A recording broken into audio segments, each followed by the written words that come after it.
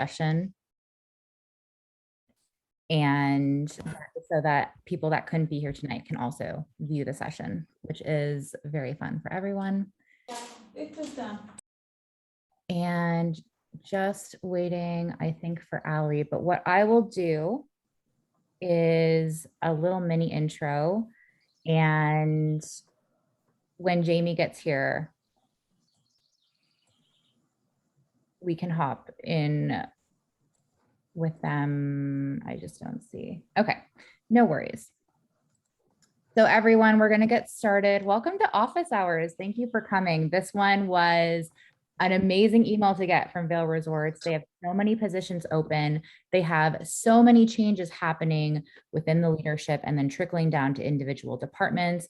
And there's just lots of really cool stuff. If you saw the post in Basecamp, we had some hard questions for Tanya and Mitchell, and they really fielded them with such grace. And we were so excited to hear about what was happening there and how cool it seemed to be part of the analytics and insights team, solving such important problems for our industry and making sure that everyone can get out to the slopes if they want to, and that, you know, we know the data inherent in those processes. So welcome to office hours. We're going to ask the team some questions, and you know, we're going to dig right in.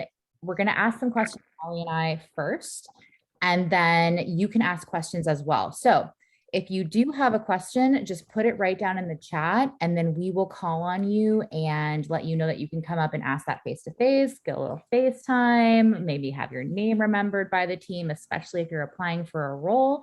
And we'll go from there. Typically, your questions are better than our questions, so we love to ask you. Be bold, be brave. People that ask questions first definitely get a chance. If you're later on in the queue, you don't always, but we'll try to connect you later with the team. So having said that, we're going to hop in, and we would love for the team, just please introduce yourselves, tell us what you do for VR, and then we're going to, you know, get into what Vail Resorts is in case anyone hasn't heard of y'all. And Tanya, if you start, that would be awesome. Sure, definitely can give the intro, and I'll toss it over to Rusty to talk about overall Vail Resorts. But really excited to meet everyone. Thanks so much for joining us. We know everyone has a busy schedule, so we genuinely appreciate everyone's time to have this conversation with us. We're definitely excited to meet and hear from everybody. Myself, Tanya, like Jenna mentioned, my role at Vail is Director of the Channel Analytics team. And I can just kind of give a professional and personal background, because part of the session too is for y'all to get to know us and kind of understand us a little bit better. So from a professional front, I spent my entire career in data. Many of my colleagues, I feel like we kind of stumble into data, and I'm the exact same way. I first started my professional career at Amazon, where I thought I wanted to be in sales and realized I never want to sell ever again. It was really tough. I did door-to-door sales as internships. I did cold calling sales when I was at Amazon, and I was like, wow, I don't think I have the heart and soul for this. And so I transitioned to a role within the organization to the outdoor recreation category. I was essentially a vendor manager, managing one of the larger brands that we sold. And that was my first foray into the outdoor industry. It's where I got to go to my first OR. I got to learn about all the different products, you know, thankfully got a few sample products I could keep and still have to this day. And that's really where I realized it's just the passion that I had, and kind of unlocked the interest for myself. And then after moving on from Amazon, I spent a lot of time at a marketing agency where we work with a lot of different companies, small to large. I grew in that role as a practitioner over to a manager and leader, overseeing a portfolio of clients and really just helping them with their digital marketing. What I love telling people is, you know, if you're going to spend a lot of money on a marketing tool, you have to be able to justify a return on ad spend. So that's basically what we did. And yeah, it was, you know, great seeing the breadth of use cases that were out in the world and all these different industries. And we're working with the 6 people on my team to help develop and grow them. And kind of hit a point where I was like, you know, I spent my time at that company for 6 years and looking for a different challenge, and found myself at Vail to have the perfect mix of still working in digital marketing, but also pairing it with my love for skiing. And it's really fun to still tackle really interesting use cases, but it's stuff that I get because I am a consumer of the product as well. So I think that's been really fun to be a part of. On a personal level, I mostly grew up in Las Vegas. So just to also really note, I'm very proud skier because I grew up in the desert, so I didn't have the opportunity to actually ski until I moved to Seattle for college when I attended the University of Washington. And yes, I was there for Seattle for 10 years and then met my partner in 2016, and we kind of made a decision to move to Denver 2 years ago, which is where we're here now. And it's been awesome. But yeah, what you'll find is, a lot of us like normal outdoor activities like hiking and camping and whatnot. And other personal details I'll share. I'm really food motivated. I tell people if you want me to do something, you can buy food for me. Yeah, love things like personal finance, video games, all the normal stuff. But again, really excited for everyone to be here. With that, I'll actually toss it to Rusty so he can also kind of talk generally about Vail. Yeah, thanks, Tanya. Great to be here. I'll kick off with a kind of personal intro first, and then give just a high-level overview of Vail Resorts and the marketing analytics team. So my name is Rusty Cower. I'm the Vice President of Analytics and Insights at Vail Resorts. I've been in this role about 6 months now. And previously, I've been at Vail Resorts for about 3.5 years. Previously spent time on the past marketing team, and then most of my time actually as a director on the analytics team.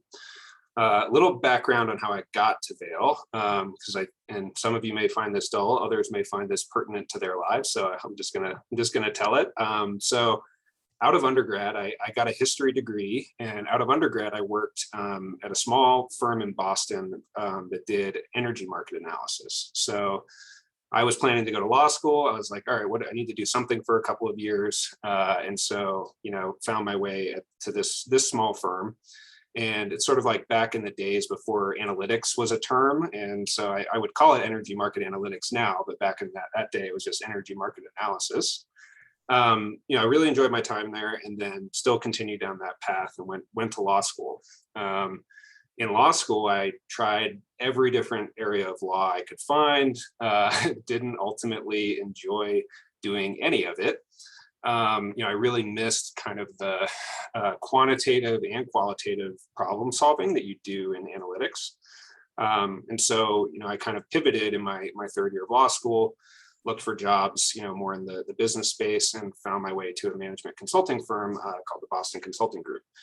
And so I spent a little time at the Boston Consulting Group after law school, and did a couple of projects in the digital marketing space and analytics space.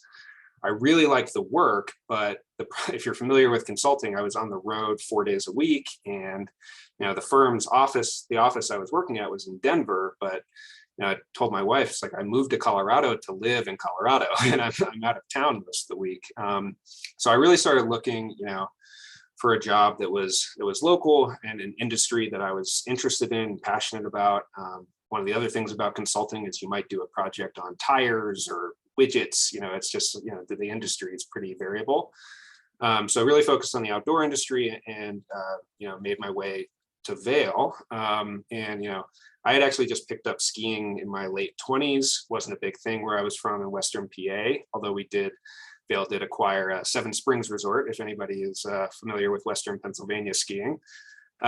So yeah, I started on the analytics team, and yeah, worked across kind of a range of projects at Vail. A lot of my time's actually been spent on season pass, but I think the one thing I would say to this crew is, if I reflect, over the last decade or so of my life, if I had thought when I graduated with a history degree, that I would someday be leading an analytics team, I would have been surprised. But something I tell my team at Vail is career paths often aren't linear. They can go a lot of different directions, and I think if you follow your passion, follow what you're interested in, it can lead a lot of cool places. So that's my sort of winding path to where I am and how I got on this call today.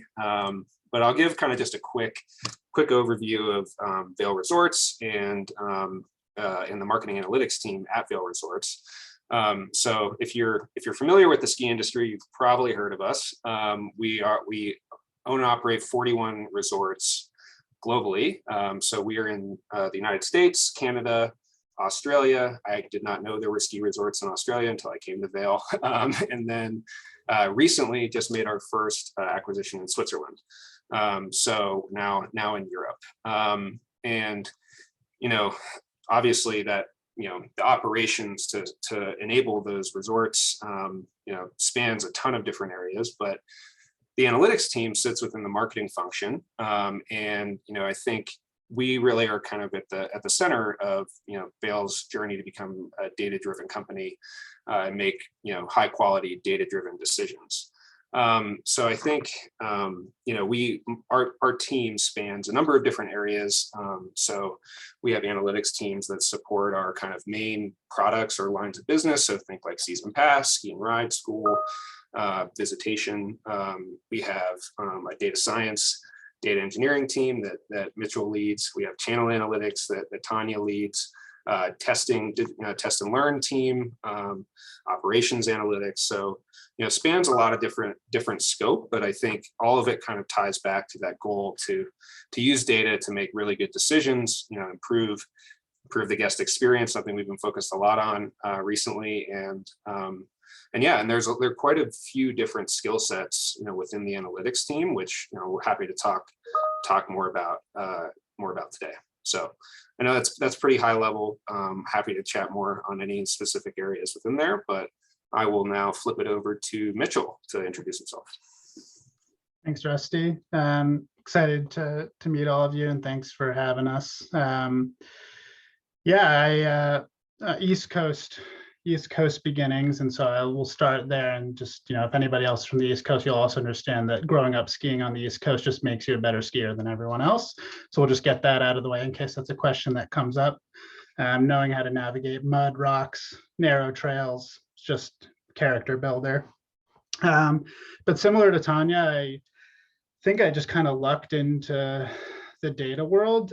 Started in consulting around forecasting for higher education enrollment, and then continued really following the data. It was the most interesting thing I was working on, and ended up in advertising. As many of you know, that's sort of the place where all data goes. And that was really, I'd say, like the beginning of when data science was becoming a real practice. I mean, there were still some questions on whether you had to wear a lab coat, but it was, it was something that I just sort of fell in love with, and the continued sort of technical progression. Every day is new. By the time you build something, it's outdated. And just like that continued drive to keep reinventing yourself and your work has always been inspiring to me. And stuck in the advertising sector for quite a while, bouncing around between, say, more of the services and consulting parts, but later in my career moved into more data science, machine learning, product development. Spent a couple of years doing that, and really, really love to look back on that time very fondly. I think something that we're all probably aware of is a couple of years ago, a pandemic hit, and the way I describe it is a bit of pandemic wanderlust. We had a lot of time in my condo in Cambridge, Mass, and thinking about what it is I wanted to do. And I think Rusty mentioned this, like, there is something very attractive about applying your skill set to an industry you have a passion for. It's not something that I always had the opportunity to do in my role. And, was fortunate enough to find this opportunity at Vail, and, made the move out to Colorado, always also on the list of things to do. So a lot of things aligned nicely for me, and, it was probably a pretty difficult time in general. So took the chance to come out here and run the data science and data engineering team, and that was September 2020. And since then have taken on some additional scope in terms of really like our technical data functions within the marketing side of the house. So, data science, data engineering, our enterprise testing team, operations analytics, channel analytics optimization, and our reporting and data enablement team. So yeah, I mean, it's a little bit about me, how I got here. And I think it's really nice to wake up in the morning and know that the problems I'm solving are things that I care about. And I think like that validated a question that I had had in my career for quite a long time. So I'm excited to talk with all of you in this session, and I'll kick it over to Jamie to close out our intros. Thanks, Mitchell. Nice to meet you all. I'm here in a very supporting role of the marketing analytics team. My name is Jamie Alvarez. I work on our communications team. which also sits with marketing. So I work really closely with Rusty, Tanya, and Mitchell to kind of deliver and, frame up everything that they're doing and that they're working on. I'm here to help answer questions kind of more broadly about Vail Resorts and kind of who we are and where we're going and what we're working on. I've been at Vail for just over a year, and I'll share like my background is really kind of spans all areas of communications. Just by a nod of heads, is anybody else in communications more specifically, or are you guys all data? Oh, hi, Erin. I see you. Hi, Patrick. Hi. Oh, hi, Alex. Okay, lots of people in communications. Great. Oh my God, I feel so seen. So my experience spans a lot of the communications world. I've worked in almost every sector, from sports to politics and government to corporate, nonprofit, agency work. And a few years ago, I was working for a publicly traded company in the real estate space. And right after the murder of George Floyd, you guys in communications will know, like, your role is so tied to the company culture and what a company is saying, and like you become a company voice. And after the murder of George Floyd, I was like, I'm not doing this anymore. My company at the time decided not to say anything. And I was like, I need to go find a company that is willing to speak on some really tough issues that are coming. Like, we're living in just a really unique time where people care a lot about what companies are doing and how companies feel and what companies say and how they address certain issues. And from a communications perspective, selfishly, I was like, I'm going to be left behind. Like, if I don't learn this skill set and engage and like learn to work for a company that's willing to say things about really tough issues, like I'm just not going to feel fulfilled. So I really went out on this mission to kind of find a company that was willing to be more values driven, kind of shared my own values and viewpoints, and would have never imagined finding that at a ski company. I still wanted to work for a publicly traded company, just given my experience. So when I found Vail Resorts and started having conversations with their communications team, Vail has been on a journey for a long time. And like, it has not always been an easy journey. And from a communications perspective, that makes for really interesting and engaging work. Like, it's tough and it requires a tough skin sometimes, but I also knew I wanted to be part of the solution and be solutions oriented and be thinking about ways that we could really start to make values and data driven decisions to better kind of where we're headed. So I joined the company just over a year ago. We have a new CEO that I work very closely with. And we're kind of heading in a new direction under her leadership. So we're really focused on the employee experience and what that means and how that translates to a better guest experience, making bigger and better investments for sustainable growth of the sport, and being really open and honest about where we're headed. After George Floyd was killed, our CEO at the time had published a letter about how the ski resort industry was part of the problem because it's just really lacking in diversity. We really haven't had as many open conversations about how we can grow the sport. So I just really took that to heart and have kind of made that my own personal mission. So while I work mostly in external comms, I do support our internal communications work and kind of a shift that we're seeing there. And then work really closely with Rusty, Tanya, and Mitchell, like I said, to help position their work externally. So a really exciting time to join Vail Resorts, a big shift kind of time to join Vail Resorts. We're going through a lot of transitions and a lot of different conversations are coming up. I think we're all people who are passionate about the sport, but we're excited to kind of have more people join and answer questions and see where we can kind of grow together.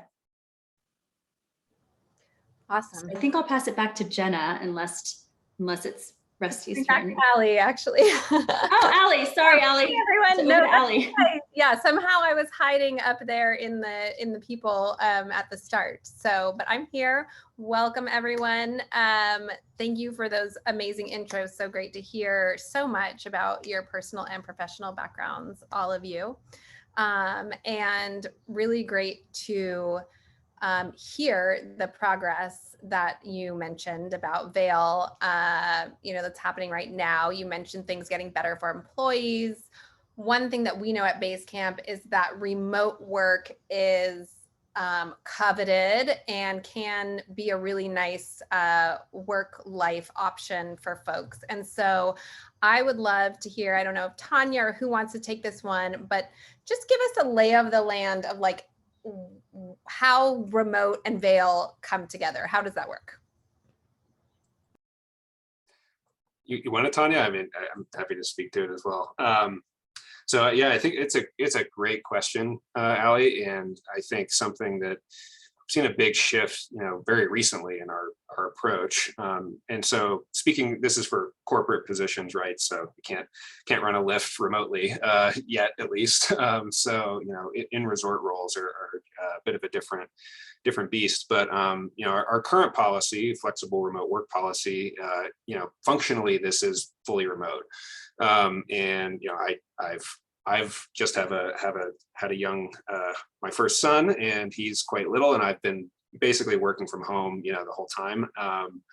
And I think the way that we've been talking about the flexible remote work aspect is really that it functionally is remote, but the office is open, and framing that really as a resource rather than an obligation.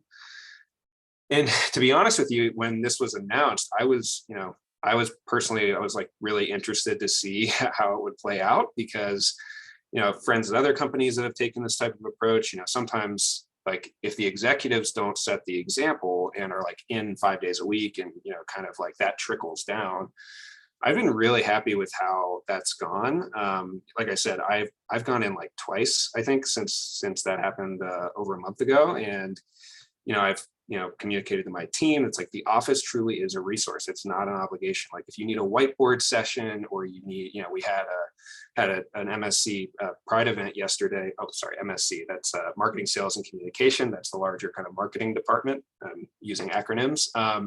But like, kind of events where we want to congregate or have some type of connection event.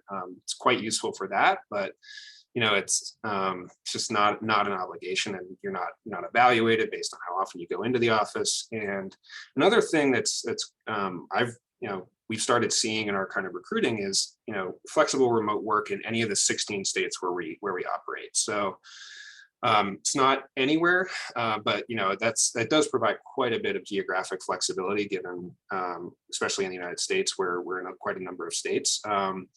And that includes British Columbia as well, if you want to work in Canada. So yeah, so I would say functionally remote. I've been personally, I mean, Tanya or Mitchell could speak to this in terms of their experience, but I've personally been quite happy with how it's gone. And yeah, I think it opens questions on, what is this, what is like office engagement look like long term? How do we best kind of connect remote employees, in person? What does that look like? I think we're still figuring things out there, but I think everyone that I've seen has approached it with like positive intent of trying to get to something that works for people. So yeah, I don't know, Tanya, if you want to build on that, but that's my perspective. Yeah, I was totally going to add, I think the next question people generally have then is like, how do you maintain culture while being remote and having the office as a resource? So I wanted to speak to that because that would be my next question if it was part of this. And yeah, I will say it's like Rusty said, it's new, but interestingly, the whole organization has been remote for the last 2 years. So it's not like it's completely net new for us. We've learned how to work within teams. The number of times I still make calendar invite mess ups is, abysmal, and still makes me a little sad, but we have learned how to operate in this environment. And I think just the different, I guess, twist to it is now some people who want to be in person, how do we make sure we merge both of those worlds? Because we have been remote for 2 years, I feel like there's so many connection spaces. Like I think that's the biggest aspect that people may be concerned with, is you lose that ability to connect. A few examples to share. We have like a bi-weekly analytics and insights team meeting, and every team has multiple meetings, but just speaking to the ones we are, because I'm a part of them. There are so many places, honestly, giving a shout out to Rusty for doing it effectively, but even today we had baseball cards is one of the things that we do, where our meetings are every 2 weeks, and we'll choose 2 different people who probably are a little bit newer to the organization, so they don't really know as many people, or we don't know them as well. And so it's just like one PowerPoint slide, and they get to choose whatever photos they want. They usually get to choose in one live, where we'll have a poll thrown up, common things on there like movies, music, your last meal, like maybe favorite ski run if you're a skier or a snowboarder. And then, yeah, the person just gets a chance to tell their story, and we get to ask questions, and we get to vote. And I'm totally crushed every time I get it wrong, when I choose the wrong option between 2 truths and a lie. And that's like one of many options where we still feel like we're totally part of the team, even though we are, again, remote. So just want to speak to that a little bit. Like interesting to kind of see it happen through. And I joined the organization in October. So I entered the company when it was already remote. So that was one of my concerns joining on, like, am I really going to get to know people? And just telling y'all 7 months later, not a problem at all. I feel like I definitely know the team more. And I think people know I'm the type of person who likes to throw shade in chats, especially targeted towards Mitchell. He's my favorite person to make fun of. So yeah, just adding a little color to that as well. I liked that you said if you are a skier or a boarder, because that just shows like the inclusive aspect of the fact that you don't have to be a skier or a boarder to work at Vail. So thank you for that. All right, I'm going to hand it over to Jenna. Yes. And so amazing about the remote work. Just to chime in on, you said that you are remote where you have mountains or where you have a presence already. Typically people are like, why can't I work in another state? And it's typically boils down to tax codes and things of that nature. So it's just so difficult to set up sometimes employees in new markets. So that would be to answer that question, just to get ahead of it. That's why they probably won't accept people in other states at this time for remote work. I do want to hop into what I think is probably the most important question we have today, which is office dynamic related. And if someone's feeling unsafe or they're feeling like their needs are not being met or they're not being supported, what types of feedback channels do you have for those folks to speak up with a grievance? I think I'll start that one just from kind of the broader perspective, and then Rusty or Tanya, if you guys want to chime in, just kind of on the team perspective too. So this is something that we take really seriously. And I appreciate, Ali, that you called out being a snowboarder or a skier. Like, that's not a requirement. And we'll talk about that too, kind of as we talk about an inclusive space. But safety is really, really important to us, and feedback loops are important to us, and people being able to speak up. So obviously there are multiple channels for that.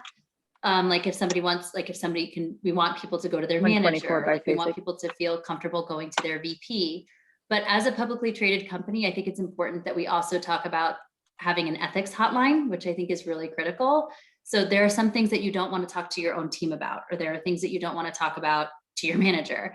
So you can go to HR, or you can also call this external hotline, which allows you to kind of speak to someone third party about what your concerns are or what some of the risks are, how you're feeling. And there's a reporting structure in place with that I think is important.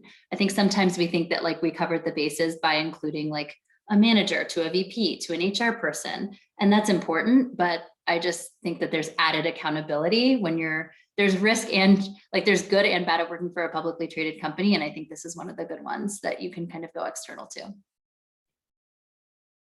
And I can add from I'd say like philosophy perspective, I think the most important thing, and this is such a like sentiment shared across the organization, is creating safe spaces and making sure that we're able to empower people to bring their authentic selves to work. We just want to make sure that's an enjoyable experience. Like truly Vail's mission is an experience of a lifetime. And like Jamie said earlier, just focusing on the employees, like that's so cornerstone. And if the trust isn't established, then we can't have that happen, right? Making sure that that feedback is there, even if there might be an ethics hotline, if people don't feel comfortable sharing, then, that's kind of the first place that we can impact and input. So creating safe and authentic spaces, again, is like one of the utmost priorities we have as leaders.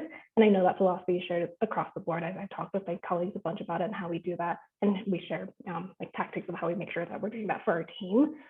Because like if we have that kind of set in stone, it's not just having a safe space, you also have to have the actual space to talk about it as well.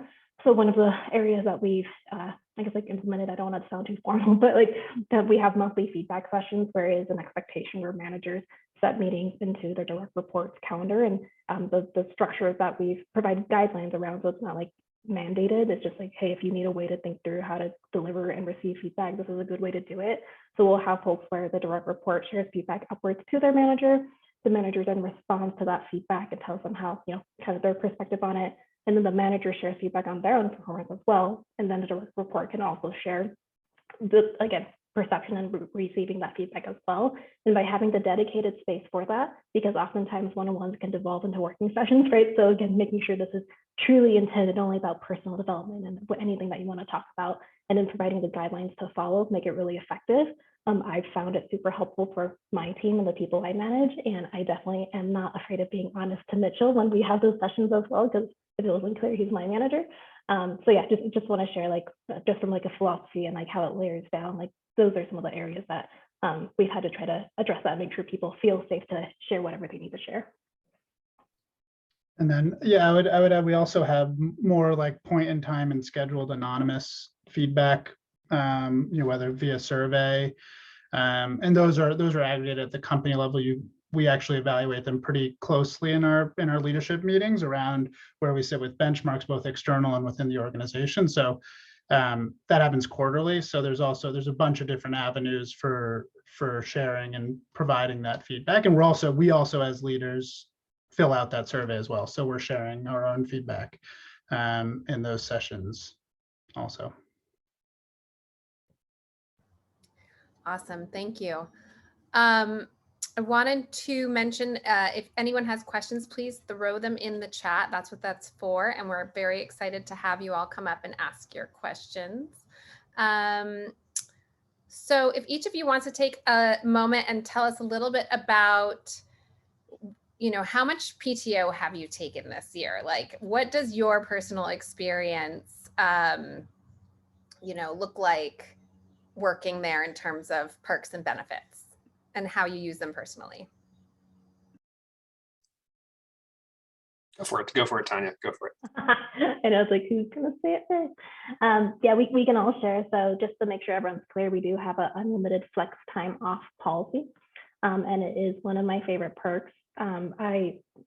Again, with the safe and authentic spaces, tied with that is making sure we take care of who we are as ourselves outside of work. I think obviously, like, there's a professional version of us, probably like a personal version of us, but the same day we're the same person. So personally, I really love the flexible time off policy because again, it's just making sure that we can show up to work and we want to like create these awesome environments for us to continue thriving. And again, taking that personal time is important. So with that, I usually track we call it FTO by fiscal year. I actually do have a spreadsheet, no surprise, we're in data about all of that. I have a few different tags and categories.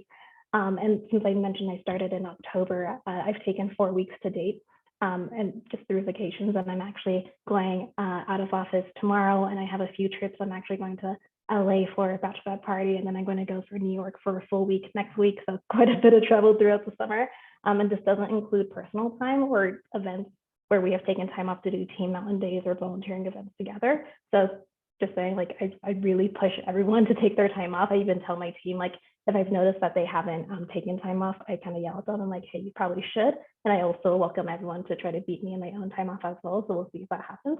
But yeah, that's my number. Let's see what Rusty and Mitchell say. Go for it, Mitchell. Yeah, I have no issue with Tanya with your vacation.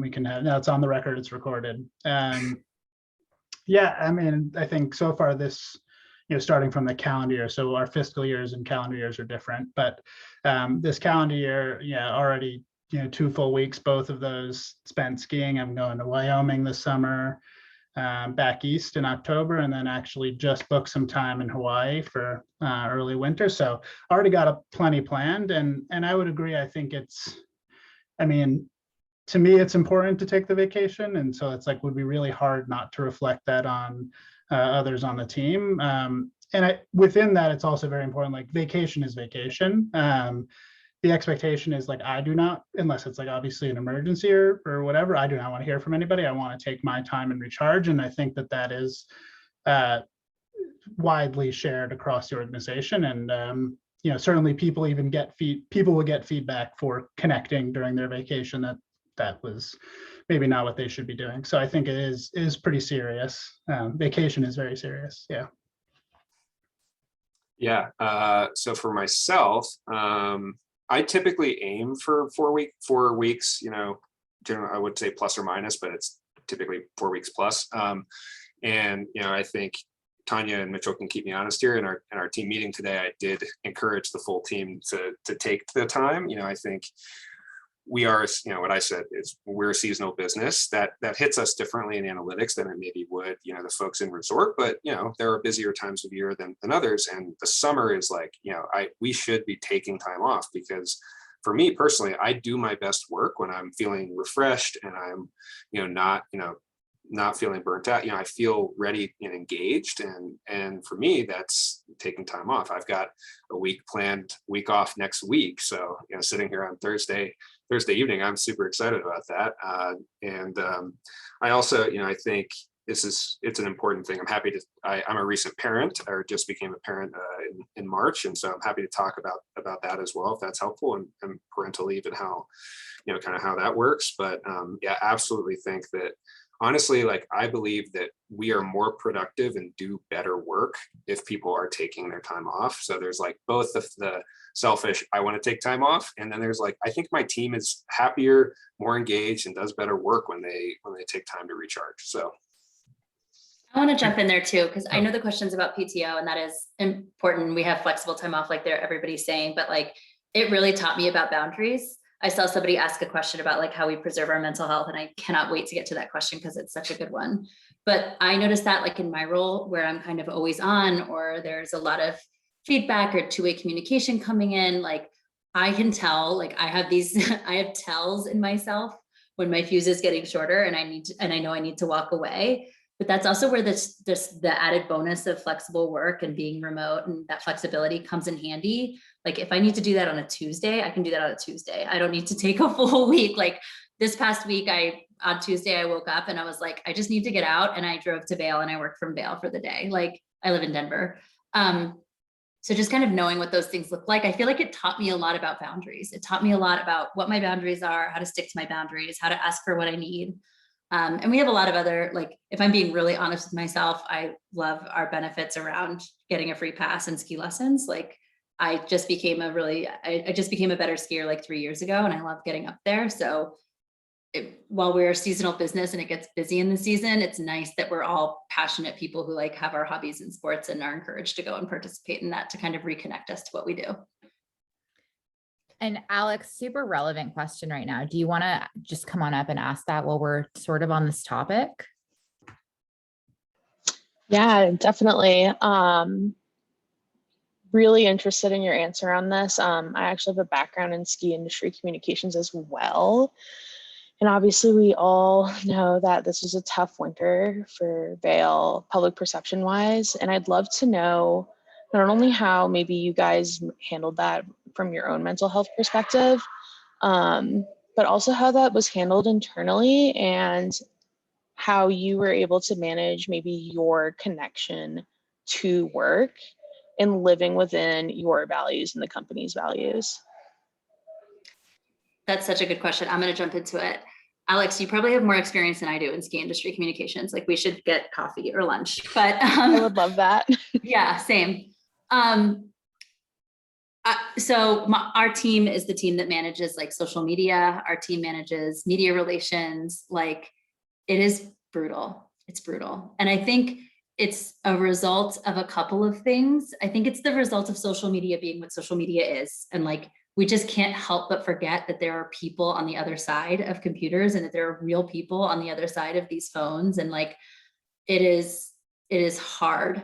I also think, and I mean this in a positive way, like, this is just a really passionate sport and a really passionate industry. Like, the outdoors, being a skier, being a snowboarder, being a hiker, whatever it is, like, it's so tied to our identity that we feel this like protection around it. And like, we feel so defensive of that experience and like so involved. So there were quite a few times we have regular meetings as a comms team. And we have this phenomenal program internally called Epic Wellness. You guys should look it up if you haven't heard about it. But mental health is a huge priority for Vail Resorts. And we also invest heavily like in the mental health resources for our mountain communities, because access is so bad in mountain towns. And there's like, you guys probably all know this, like really high suicide rates in mountain towns. Like, it's just really rough. So through Epic Promise, we invest in that, but Epic Wellness provides free mental health resources to our employees and their dependents. So we get free therapy sessions, there's free counseling, we have in-house, like we actually have a clinical psychologist who wrote and created the Epic Wellness program, who's on staff. He and his team are always available to call. And so during this past season, and I would argue, Alex, like, yes, we had a rough season, but we've also just like been building towards a lot of rough stuff for a while. I think a lot of people would say. So we really took the extra step of like inviting him into meetings and like making sure that those resources were readily available, that people were taking advantage of that. We kind of did like mandated FTO, like, hey, you're getting hit really hard. It's time for you to walk away and like give yourself some space and give yourself a breath on how you can manage that. This feedback cycle is really important because like our team, you know, one of the things that I hope you'll see Vail do in the next year and in the coming time is like to really humanize the experience with our company. Like we are real people. We're also passionate about the sport. And like, there's a way that we can communicate that more broadly and do a better job of communicating that. But I would tell anybody on this call, like, if you're interested in working at Vail Resorts, it's really exciting. We love each other as a team. We're a very close-knit group. We love working together, but it's not always easy. It's hard when we're the only publicly traded company in the space. We're the only company of our size in the space. We are really making intentional, like we're not shy about talking about growth and the need to grow the sport and our desire for everybody who wants to ski to be able to ski.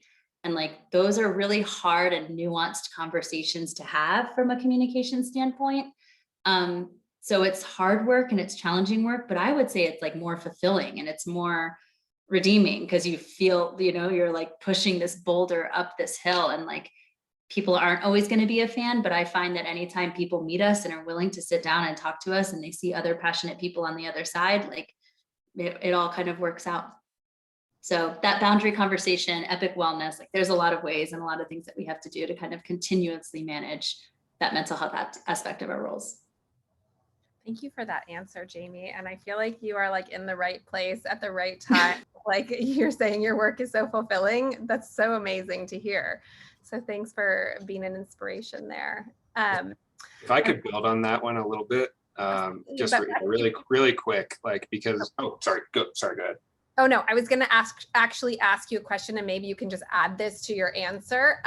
But if you can talk a little bit about supporting your mental health at Vail as a parent. Yeah. And I was just going to do a quick reference. I'm a mom of 3 and recently had COVID sweep through our house. We were out, you know, needed to be offline, no childcare, whatever, for a few weeks. And having that flex PTO for instances like that, where it's not about vacation, but you just need that time, is such an amazing resource to have. So anyway, take it away. Yeah. So maybe start with the mental health and then pivot a bit into the parent lens. So I think as Jamie hit on, like, I mean, you don't have to be a skier or rider to work at Vail Resorts by any stretch. We have a ton of people who are not, but I do think something I at least tell my team is like, we should all be passionate about delivering a great experience. And, you know, I think in analytics, you know, we're using data to solve those problems, but yeah, this past season was tough, you know, and I personally am a skier and I want to deliver a great guest experience, and I'm just passionate about the industry. You know, I'm passionate about the sport and getting the people in the sport. So that was tough. And, you know, I think, you know, in my experience, you can either kind of lie down when things get tough or say like, okay, what can we do to make this better? And, you know, I think that's a conversation we had in the analytics group. It's like, okay, how can we kind of inform this? How can we drive this with data? And I know that conversation was going on, you know, across the company on other teams. So, you know, sometimes no doubt this past season was challenging, like no doubt about it. And I think we do have a passionate group of people who want to make it better and solve it. So if you're interested, you know, we've got those roles open. But so on the parent point, you know, I think, so I had my son in March. Love the little guy. He's a ton of fun. I took parental leave, which, yeah, I was honestly like, you know, leading the whole team. I was a little worried about like, okay, can I actually like take parental leave and fully unplug? And I did. And thanks to Mitchell, Tanya, the rest of my team and my leadership, you know, they covered for me and I totally unplugged. Like I was completely unplugged. And for the parents out there, you know, those first like few weeks are so special and so formative. And, you know, for my family, that was also true. And, you know, I think the thing I was nervous about, probably most nervous about, was when I come back to work, how am I going to be able to like protect that time?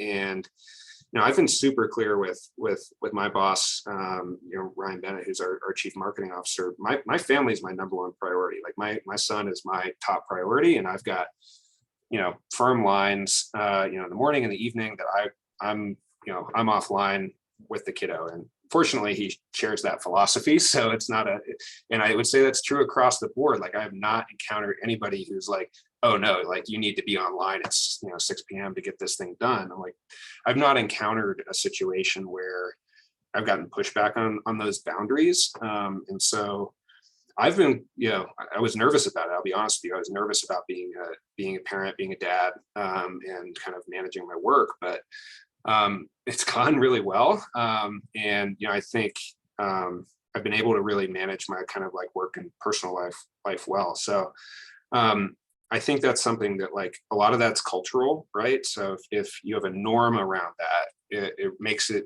easier for everybody. And that's not just for parents. You know, I think that's true for people, you know, who don't have kids, who have hobbies they want to, you know, they have their own lives. You don't have to have children to be able to draw those firm lines. And so, yeah, that, I don't know if that fully speaks to the parent. I'm sure there are other resources within the company. One thing I would call out is somebody in the marketing organization has like a group of new parents.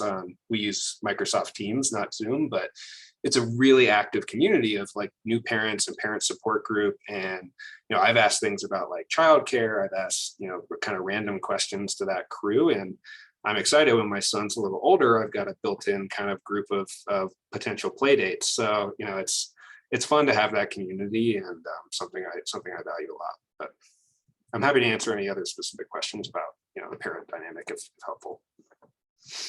The only thing I haven't liked that I've heard so far is Microsoft Teams. So yeah, for better or worse, yeah, Microsoft products.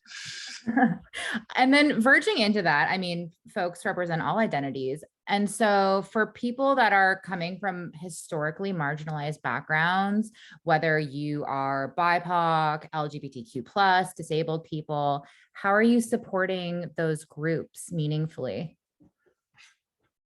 Tanya, you answered this one really well. Jamie, I feel like you could probably hop in, but I did love your answer in our call, Tanya.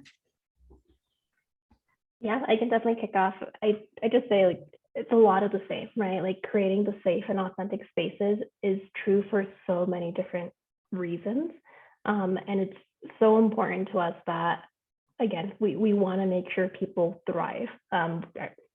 I won't say the mission again, but like it just rings true so many times. It's an experience of a lifetime. Like we'd never want to have people in a place where they're not happy, they're not operating at like full cylinders. And again, the safe and authentic space is so important. And yeah, I apologize, and I don't remember what I said to you that day. Talk about some ERGs. Yeah, I can jump in there too. Yeah. This is like a very intentional focus of where we are right now. I would say that this is probably our biggest focus internally at the moment. So I'm really glad that you asked the question. And I think that it's where we're seeing a big internal shift. So as a company, we're really passionate about DEI internally and externally, but we feel like, and I think that this is the right approach, like we can't really lead DEI externally until we talk about it and take it head on internally. So I think earlier I mentioned this letter that we wrote about how we're part of the problem. In that letter, we kind of made this commitment that we were going to look to our own operations and like how we are built and how we're operating in this way, to think about how we can better diversify the industry. And it kind of has to start with diversifying our company.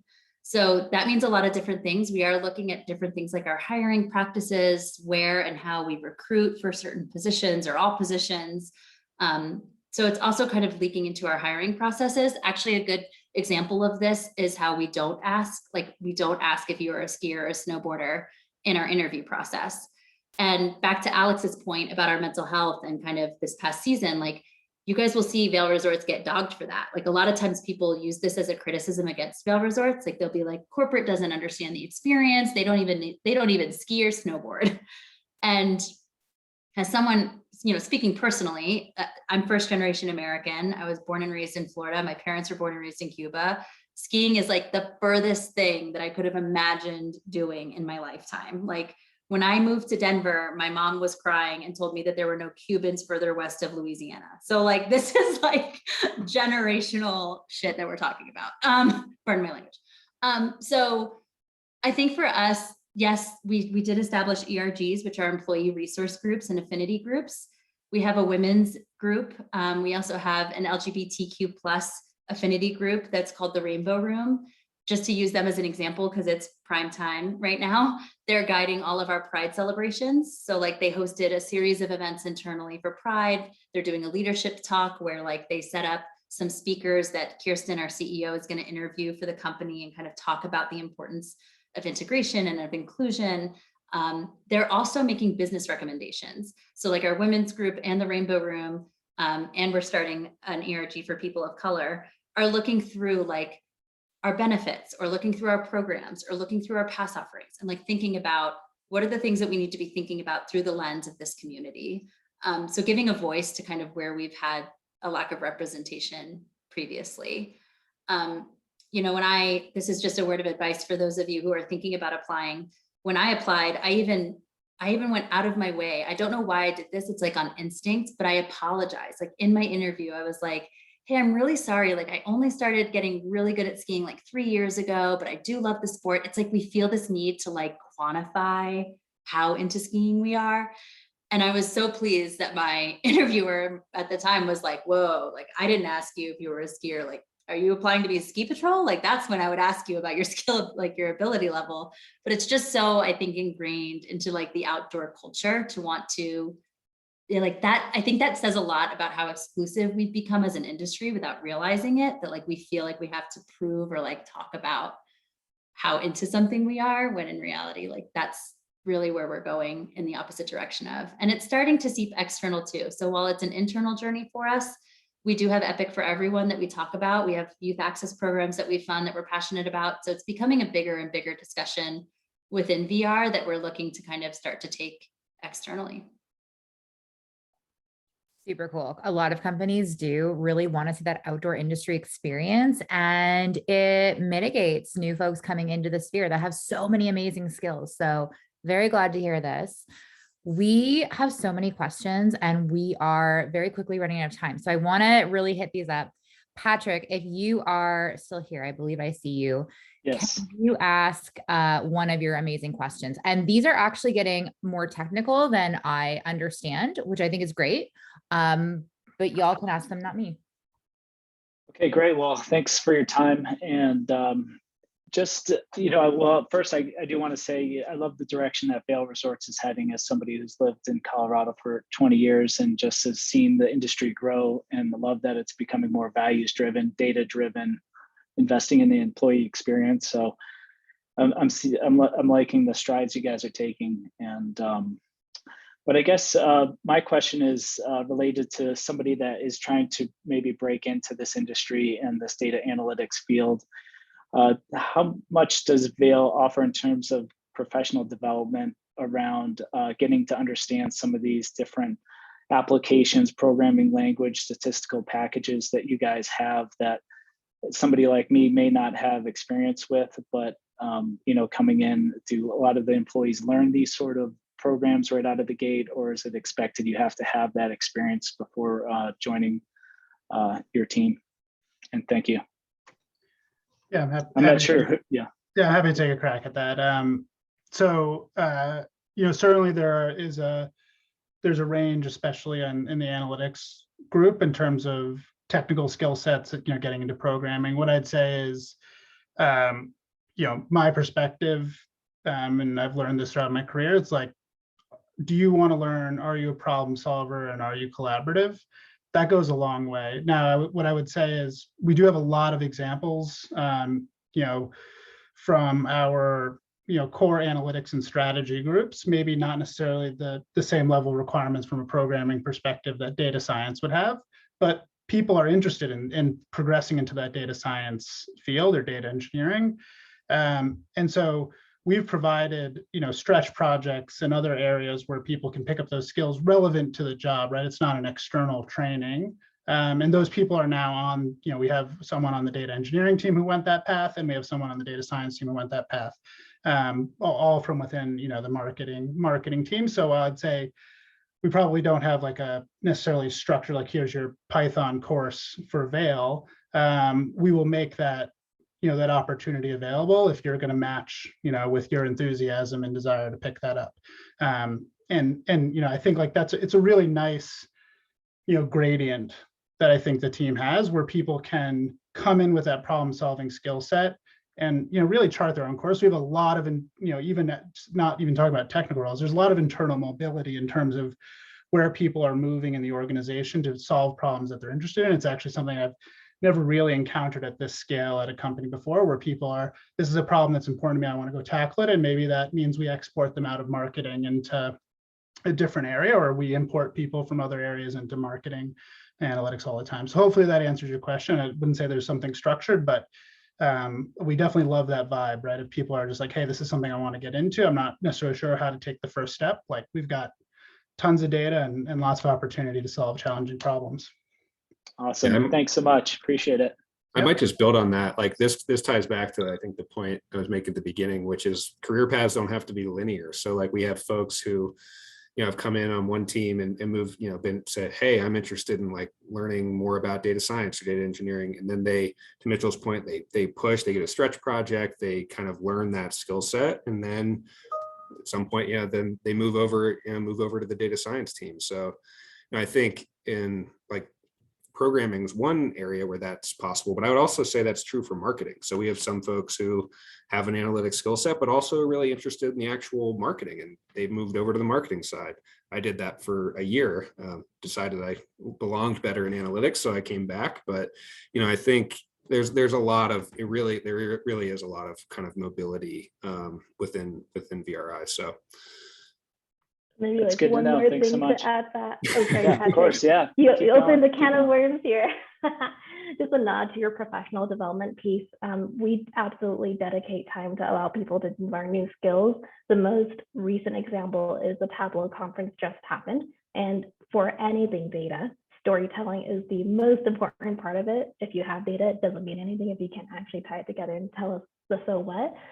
So Tableau is our main reporting tool, and we had a bunch of people show up, and it was a priority to say, hey, clear your schedule, we push things out, like you need to go to the Tableau conference. And then even further so, we have like a monthly all things data training where the topics just happened this past Monday was a consolidated view of like, hey, 4 or 5 speakers, please share like one of the coolest things you learned. And we went through a few different features because we can't all go to that, but we can at least nominate a few representatives and then share back with the team. And there's this thing about like data orientation chain and relating to documentation. And I was like, oh my gosh, this is a cool feature.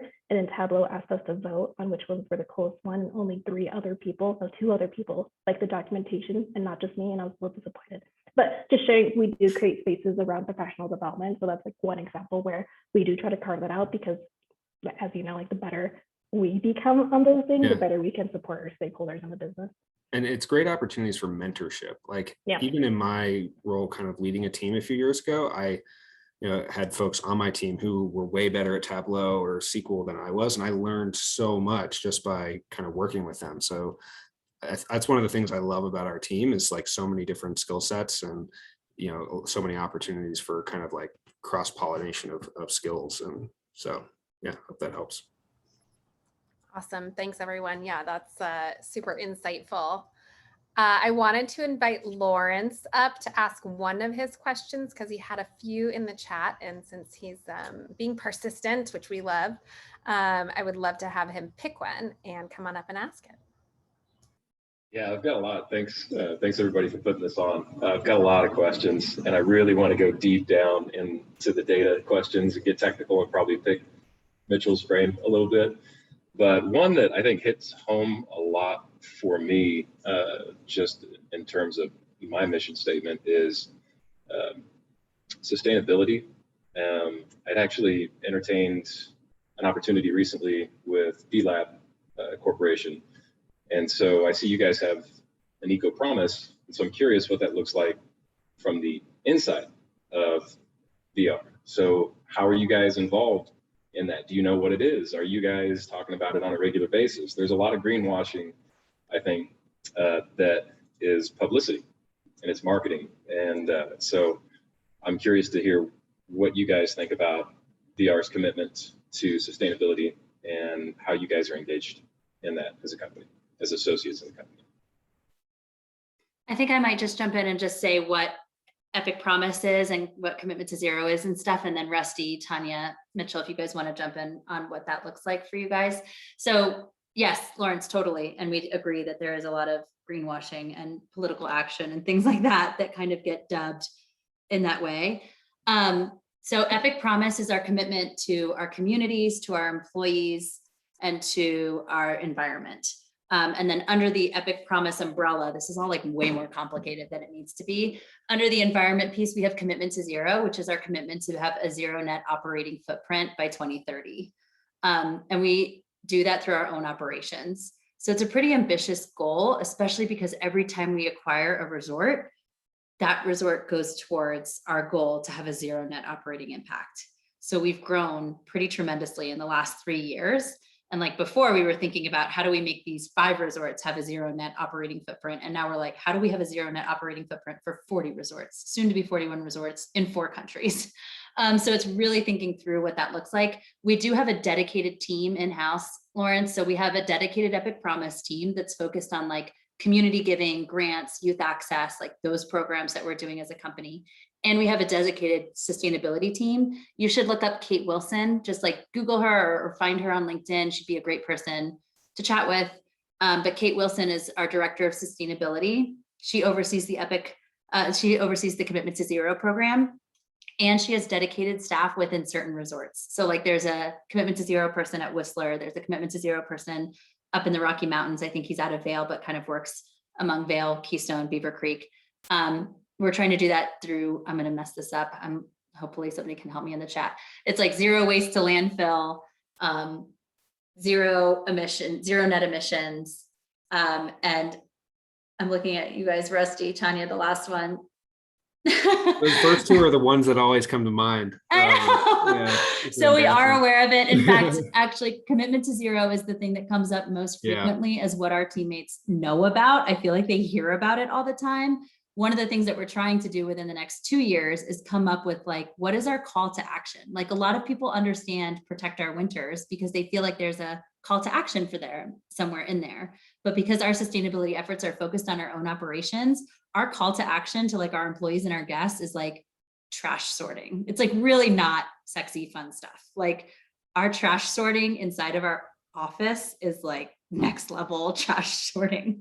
So we're still figuring out like how to message that, but I'll let the rest of the team jump in on sustainability. Yeah. I don't feel quite as bad that I couldn't remember the full tagline for Commitment to Zero, but yeah, I mean, this does come up. And I think it's like when we, even in like recruiting processes, it's like people, I think we talk about it, it comes up because people want to work somewhere that they feel aligned. That's a really important topic to so many people. And I think it's important to our company as an outdoor company, like we are invested in this being successful. But I actually want to talk about some of like the micro examples where it comes up. I think this is like when I first joined the company, we were in the office, and I think there was people would print things out, and I remember there was this moment where everyone's like, why are we printing, like this is so wasteful, and like now anytime that comes up, it's like no, don't print anything. That's like a really small example, but Kate, I'm glad you also brought up Kate. Kate is amazing, and her team is amazing, and they have done so much awesome work on sustainability. And I think I learned more about trash sorting and how impactful that is through Kate than it is crazy how impactful that can be. But yeah, I think it's something that comes up and that everyone is aware of. I would say in analytics, we don't have kind of an analytics person on that on the sustainability track, but there is a dedicated team that is, focused on this, on measuring how we're progressing against our sustainability goals and how, sort of where we are on that journey to hit that target by 2030. I'll plus one for Kate, and also maybe just share like the reason I know her and I've been engaged with her is through a leadership development program at Vail. So I'm in it right now. I actually just came from it to here, and so also want to thank my colleagues for giving me the space to do that. It's called Higher Ground. So we have camp 1, 2, and 3 for different levels of seniority in the company, and Kate's in the session with me, and we've talked about the commitment to zero and the nuance and level of detail for which she is expressing the challenges and the things that she has to go tackle. She's thought about this to a level that it's like weighing dumpsters, right? To make sure that we know what's in there. And it's not something I ever thought about. I thought, probably similar to you, like sustainability is a thing we just sort of all align to, but it's definitely not the case from what I've seen. Rusty, your example of printing, I'm like, that's how I feel about reusable water bottles. Like there is not a single VR event that you will ever go to where there's waste. So all of our events are waste free. And as such, like every event invite is about reusable water bottles. But Lawrence, if you have ideas on how we can do this from a PR and marketing standpoint, hit me up, because we'd love we'd love to get some positive credit for it too. And we don't always. I will introduce Lawrence to everyone via email, because sounds like he has some more questions as well. And if we don't get to your question, email me after and I will connect you, because these are great questions and we might run out of time before we can ask them all. So just don't fret. Having said that, Tiana, you have a great question, and it speaks to one of the larger questions that we try to dial down to in office hours, which is who's a good fit for the company and how do I stand out in an application? I can take the first stab. Yep. So Dan, I'm seeing your particular question. I think, would you say we prioritize hiring based on cultural fit or skill and experience fit? I just want to nod that cultural fit isn't the right way to think about it, right? I think there's potential bias around trying to hire folks that you get along with or that might be like you, and that's not what we want. Like we said earlier, again, honing in on you don't have to be a skier or snowboarder. It's better that you're not, because we're trying to get more people to the sport. So those are the people who actually would be the right people to think about the strategies around that. So I'd say at least, across the company, it's not necessarily around culture fit. It's more around, yes, absolutely, skill and experience fit. Obviously we want to set people up for success. When we think about fit, it's not just about, does this person want to be here? Will they thrive? And will we set them up for success? Do they have the right, experience or learnings to actually do well in that role? And then what do they want to do long term? So I just want to kind of nod to that specifically, that we do try to think through all of those things when we're looking at folks. And again, I guess, we just want to make sure fit is just such a hard word to center around. I guess it's the word we throw around the most, but we want people to be happy and successful. We said that time and time again, and it's so true. And so as we get to talk to folks, we really a lot of the questions I've asked is what are you looking for? And just seeing if we can offer that as well, because it's a two-way street. So I hope some of that adds a little bit of color. Yeah, I might build on that, Tanya, and kind of take I've hired quite a few people at Vail, and just to give an example, what do I look for when I'm looking at applications or kind of going through the interview process?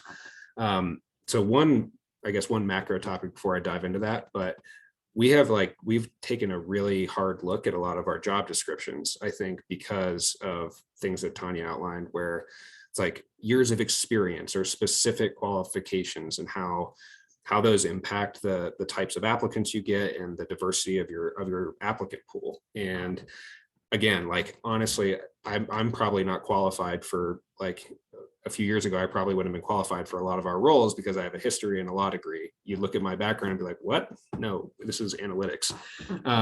But so the things that I look for in an applicant, I think the biggest one is intellectual curiosity. So that is the single biggest trait I think I see in people who are successful in analytics, which is, you see the data and you say you want to know the why, you want to go that next level. And that can show up in a ton of different ways in your background. You know, it might not, it's sort of like, are you learning, you know, coding languages on the side? Are you like, what are your hobbies? What do you like to, what gives you energy? And so that, like, that desire to solve problems, to dig deeper, to really like understand the why, that is, for me, that's something I really, it really comes through in interviews too. When you see people who are like, yeah, I'm curious, like, I'm just curious, I want to learn, you know, and I'm sure, you know, I felt this way before I worked at Vail. I was like, I want to see what this data looks like. You know, I want to see, like, you know, what lifts people are taking and, you know, how it all works. And so, yeah, that's like one of the big things I look for. And then, you know, there are certain roles where you do need to have kind of, you know, hard skills. Like, it would be tough to come in and be a senior data scientist if you didn't know any data science. So certainly there's some component of that, but we've tried really hard to step back and say, like, okay, you know, what is truly like minimum viable product look like in terms of experience? And then really, how do we look for these other traits that are, you know, make people successful in analytics that are, you know, maybe not like your traditional kind of hiring criteria. Oh, nice.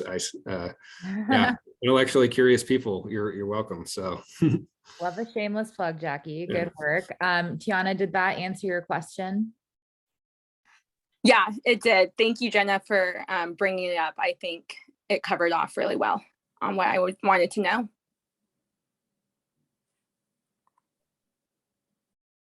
Very Perfect. cool.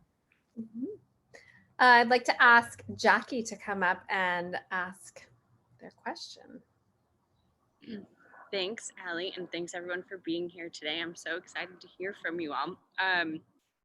So my question it's around marketing analytics, so it'll probably be more directed at Rusty and Tanya. I'm wondering about your current approach to marketing analytics, like how you're measuring performance right now and how you'd like to see that evolve going forward. I can take it from my perspective because you're getting different layers here, right? So for my team, I'm overseeing truly channel analytics, and I'll dive into what that is. Mitchell oversees a group of teams, and Rusty oversees the whole department. So it is a different answer for all of us because it is very different across the board of what all of our teams' focus is. For channel analytics, to describe the team a little bit, we are the ones who work very heavily with our channel execution team. So our main stakeholders are a relationship marketing team who is more focused around email, direct mail, push notifications, our paid media teams, and more of those traditional like paid search, display, native ads, and then our digital team who owns the website. And then, like Rusty mentioned in kind of the overview, we're seen as the center of excellence for data. So we are working around digital marketing data specifically, and the whole team is marketing analytics, mind you, so it is marketing, but in my focus at least it's digital marketing, and again, that's why it's so varied. And I'd say with any digital marketer, at the end of the day is how can you better connect with your guest, whomever it is. There are so many more competitors. The digital landscape is changing. Companies grow and fall off if they don't stay with current trends, right? It's crazy to kind of see how fast things are, new technologies, new platforms, how like constantly on your mail, you're like, I'm not on TikTok yet. I feel like I should be because I'm in digital marketing, but I'm a little afraid of it, like some of those areas. So when we think about what are we trying to do, it's really first and foremost, always trying to meet the guest where they are. When you boil it down to the data, we have a bunch of data in a different platform. So sometimes we don't meet them where they are, but we want to make sure we're sharing the right message. And then second, making sure we're thinking of the next thing. There are some really, can't share all of them, but some really cool things in different platforms and different ways we're trying to market to folks and get to understand our brand. Obviously, you never want to be hit with an ad and you like hide it away from your Facebook feed, right? But the brands I personally engage with, like I want all the email newsletters, I want to know the promo codes, like I absolutely am a huge fan of those. And obviously, there's a lot of work around educating around the brand and reaching out to folks who might not be in the sport that's new to them. So that's kind of a different strategy. But for the folks who do engage with us, we want to meet them better. So I'd say we're trying to do that more. I know it's a little bit broad, but I think there's opportunity for us. And I'd say for my team, I do think it's a little bit different because we're so involved in the go-to-market process. And because I work directly with the channel execution teams who are driving a lot of the creative, running the campaigns, doing a lot of that work, I do get to see a little bit more of that. And that's where we have our biggest impact, again, to make sure we're connecting with the person where they are. And yeah, I think there's also some backend stuff to make sure technologies are talking that we're working on. But if that helps, that's kind of where we want to go. And I think there's so much opportunity. I'll close the statement out with one example that a colleague had shared. Like, how cool would it be if you could like order a hot dog on your phone when you're at the top of the list, and it'll be ready for you when you're at the bottom? Like, we could probably do that, but there's a lot of work we have to do to make sure we can actually get that technology set up. So yeah, a lot of cool things that we could be doing, and we're working towards. Why a hot dog of all things? I don't know. Maybe I should have said there's a lot of people on our team who have an affinity for chicken fingers. So that probably should have been the choice. Okay, I get it. Okay, I love it. I'm gonna try to get through 4 or 5 more questions. So I'm gonna direct them to one person, and we're gonna try to get through all of these. Abby, you have an amazing question. I think Rusty is best to answer if you want to come on up and ask that one.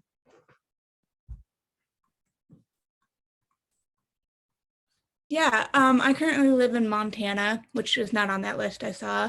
But I'm originally from the East Coast as well, from Massachusetts. And lately I've been contemplating making the move back.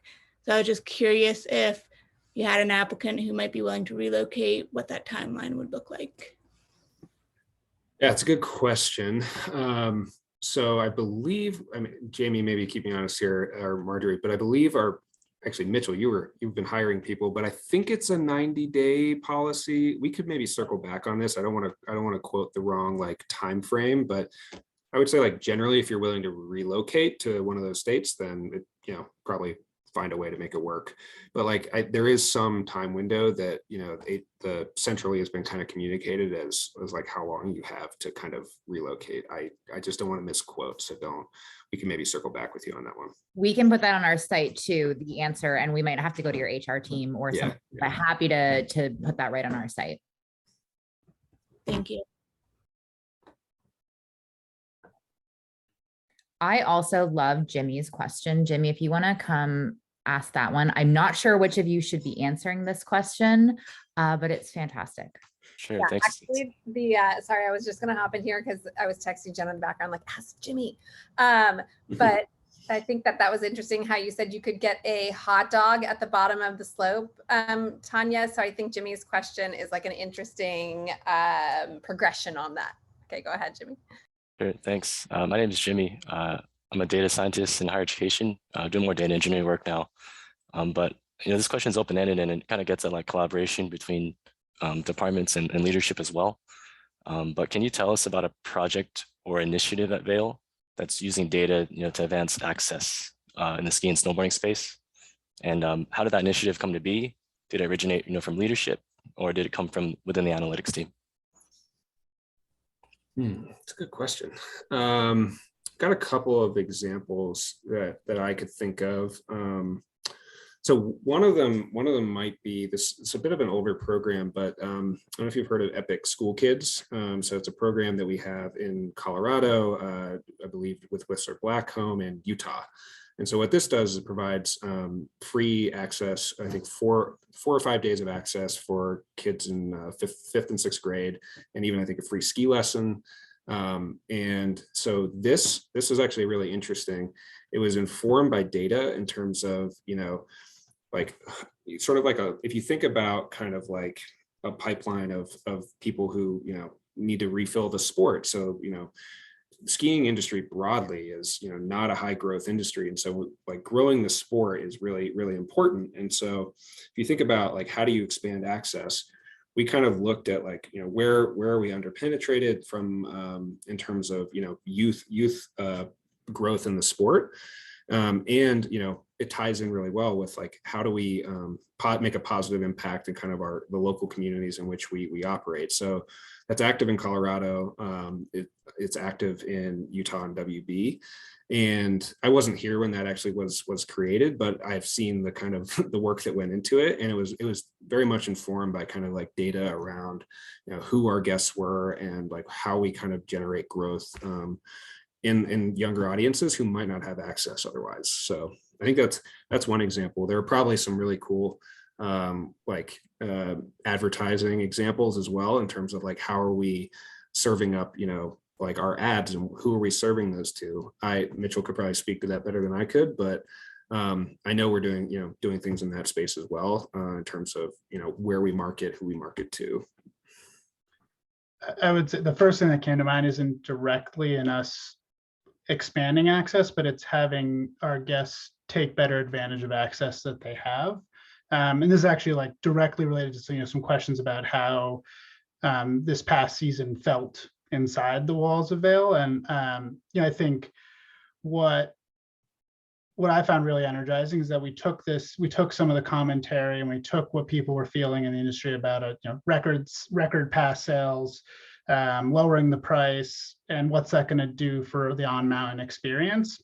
And this is very like executives down to our individual contributors found common ground in a solution that's actually now in our app, Epic Mix. So there is a lift line forecast that our team built and runs, which across a lot of these questions, right? Like, how do you take better advantage of the access that you have?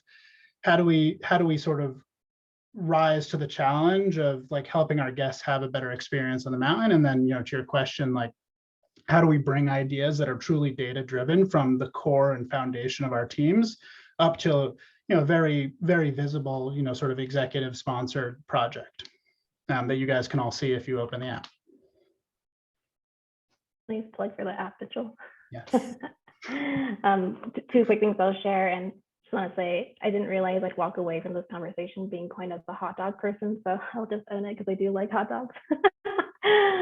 But one I thought was really cool is we launched a new program at Park City and Breckenridge called All Terrain Program for Ski Ride School, and that came from our teams.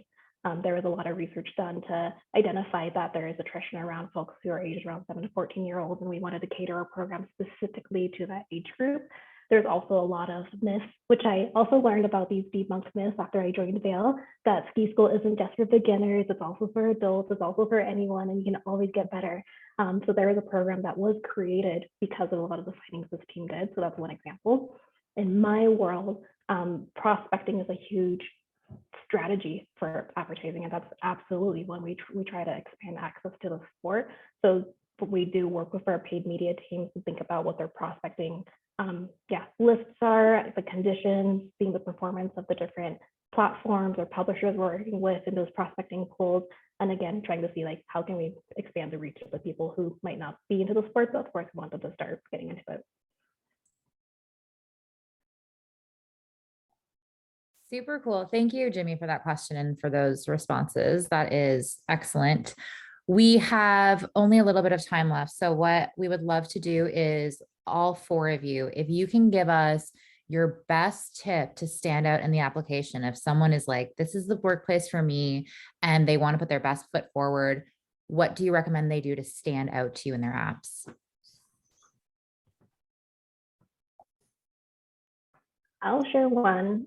So I wanted to caveat. I do think cover letters are really helpful. I don't want to say you have to have a cover letter. It's not like I never use that as a reason for if I move them forward in the process or not. But because we look at so many resumes, sometimes it's helpful to have that extra additional information about you and your background. I'm doing my best to like read through and try to like understand exactly what did you do, what are you bringing to the table, what are your specific skill sets, what stories do you have. And I try hard, but you can only fit so much on one page and totally understand like building the perfect resume is like the toughest exercise in the world. So I will say the times when I do get a cover letter, it's so helpful to say, oh, like I actually interpreted this the wrong way because there was more details that wasn't initially included. So I will just share that again. Like, I don't think a cover letter is like a requirement, but there have been times where I did get a better picture of the person because there's that additional information there. And again, I'm trying to give my due diligence to everyone. And we like for my roles, I've read every resume. So I will say like those have been helpful for sure. And then for cover letters, making them specific. Just really clear, like nothing. I'm really excited to like add value to your team. Like love that, but I want to hear about you. Like I really, really want to hear about you as an individual. So I'm gonna put that up there too. Yeah. Back when I was applying for jobs, I always wondered if people read cover letters, and I can't speak for other companies, but I have also like read cover letters and been like, oh, okay, this gives a little more color. So a couple thoughts. I think one, the thing I said about intellectual curiosity. So like things that you might think are not like, I don't know, not directly applicable, but like show that you've got that drive and that interest. Like I like to see that. And then one other thought, this is more for like the interview process, but something that really stands out to me is when someone has done their research about the company or the industry, like that really comes through, and I think can really make you stand out. So I think particularly, you know, as you get more senior, it's like it becomes less of a nice to have and more of an expectation that you would do that. But if you're kind of coming in more entry level or more junior, that really can make you stand out, in my opinion. And then the last thing, if you put like Rusty as the best VP ever, you know, hidden somewhere on the resume, you know, that's a surefire way to do it. I'm kidding. Yeah, I mean, I would echo the intellectual curiosity and maybe very specifically like highlighting examples in your work where you've contributed via data or critical thinking to shaping an initiative. And, you know, if you've changed the outcome, that's great. I know that that doesn't always happen, but that you've either changed the outcome or provided credibility and confidence in the direction that that outcome was taking. Like that's 100% what we do. We provide credibility in the, you know, via data to the decisions that, you know, we make as an organization, that our leaders make. So examples of that. And then for me in the interview process, you know, sort of building on the research part, but it's like ask good challenging questions. Like I want, like, that's how I know you're interested and engaged, and thinking about how you fit and how, you know, and how you want to rise to the challenges that we, you know, I think very passionately interact with every day. I love all of those answers. I don't think I can add much more, and I know we're running out of time, but I love what Mitchell said. Like, I think if you can demonstrate understanding of the role, like it's really easy. It's a cool company to work for, or it's easy to kind of look us up and understand what we do. But I think if you can demonstrate like your real understanding of the position that we're hiring you for, or like the role that's available, I think that makes a big difference in what we're looking for. Jenna, I love all your comments in the chat. Like, yes, team cover letter, like, yes, getting specific about the role, like all of those things are good. And also, like, it's okay to not know what you don't know. Like, in the spirit of inclusivity and in the spirit of diversifying our workforce, like, yes, it's great that you know who Vail Resorts is or what we're doing or what our mission is, but you don't have to feel like you have to go so far to have like every solution to every problem or an opinion on what every narrative is, because oftentimes the way we're thinking about things and the way that they're being written about isn't always consistent. So it's okay to not know what you don't know. Like, you're going to come on board and be part of a collaborative team that's like being solutions oriented to figure out what those solutions are. So you don't have to come in with all the answers either. Amazing. Thank you all so much for being here. We are just thrilled to have the Vail Resorts team and have everyone who came to participate or just listen in. We're here. Jenna and I are here. If you have questions, you can reach us on Facebook. You can reach us on email. And we will be posting this up as a recording on our website as well, and sending it around via email. So if you missed anything or came in late, you'll be able to go back and watch. So thank you all so much. Thank you everyone for your vulnerability. We really appreciate it. Thank you for having us. Thank Jenna, you. this Thanks is for great. having us. Thank you. Yeah. Thank you. Hi, everybody. And everyone. Have a good Bye. night. Bye. Thank you. Thank you. Bye.